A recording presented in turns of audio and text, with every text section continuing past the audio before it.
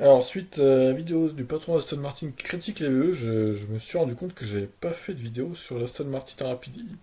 Quelle erreur! Donc, on va corriger ça immédiatement. Donc voilà, elle a été présentée en avril dernier.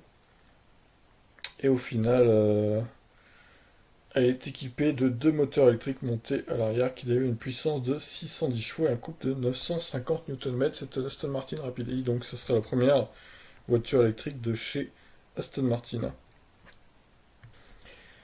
Elle aurait donc 320 km d'autonomie, ce qui n'est pas énorme. Le Bernie est capable d'avaler le 0 à 96 km/h en 4 secondes, en moins de 4 secondes. Et il lui faut tout juste 1 seconde 5 pour passer de 80 à 110 km/h. Sacrée reprise quand même. La vitesse de pointe est plafonnée à 250 km/h, ce qui est déjà pas mal.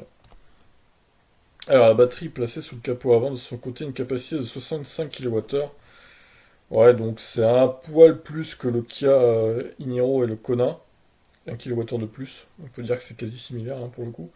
Il autorise une autonomie de plus de 320 km selon un ordre WLTP. Alors par contre, ouais, à niveau efficience, c'est pas ça.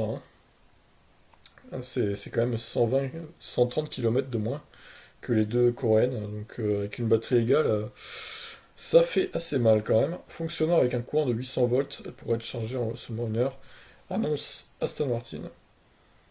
Donc ils ont retravaillé l'aérodynamique de la Rapide, qui existe en version thermique, la Aston Martin Rapide.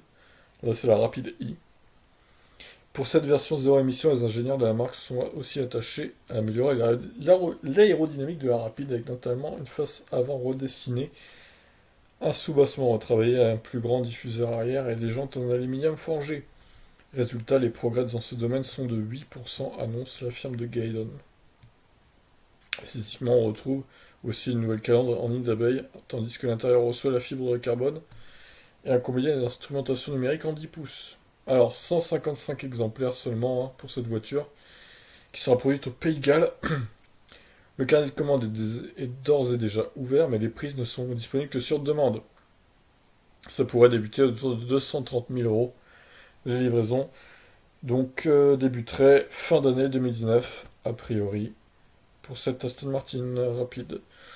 Qui, pour moi, au final, n'a pas grand intérêt, si ce n'est pour les fans d'Aston Martin qui veulent se passer à l'électrique.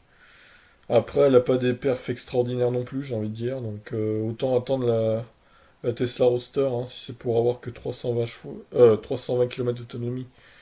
Alors, 610 chevaux, d'accord, mais alors l'autonomie, c'est pas top, quand même.